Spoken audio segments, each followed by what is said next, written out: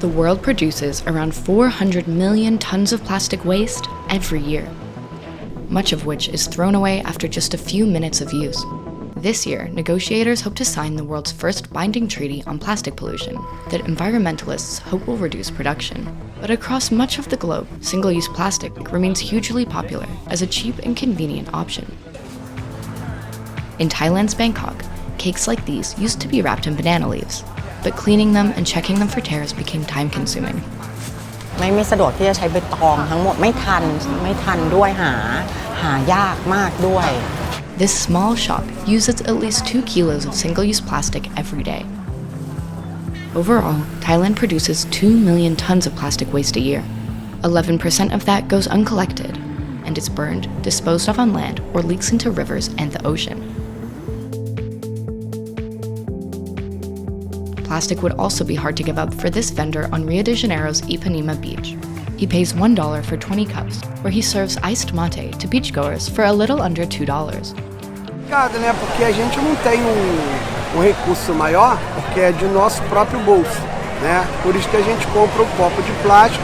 Bins along Rio's beaches receive about 130 tons of waste a day, but plastic is not separated. In fact, just 3% of Brazil's garbage is recycled annually. Plastic waste is also a major issue for Nigeria's economic capital, Lagos, regularly blocking sewers and evacuation routes.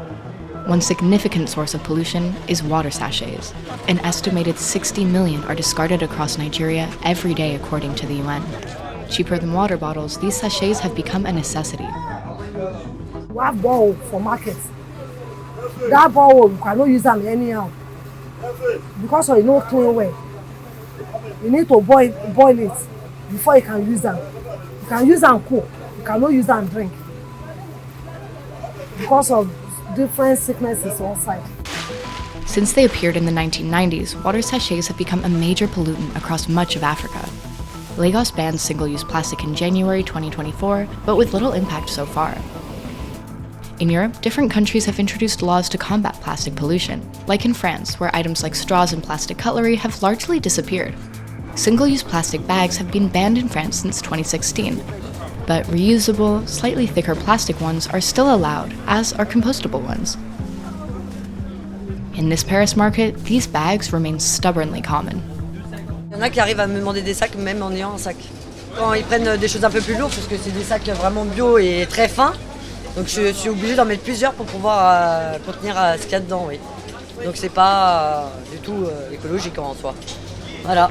An average vendor at this market will go through around 2,000 bags per week. Another sector where plastic remains omnipresent is the restaurant industry. In Dubai, this establishment usually receives more than 1,200 orders every day. In the desert metropolis of about 3.7 million, people rely heavily on home delivery for everything from petrol to coffee. اغلب الاكل بيطلع بالبلاستيك كونتينرز، وهي طريقه التسكير تبع البلاستيك كونتينرز بتجي اقوى من الكرتون واقوى من الشغلات هي، فبنحافظ على الاكل جوات العلب. Residents of the United Arab Emirates have one of the highest volumes of waste per capita in the world.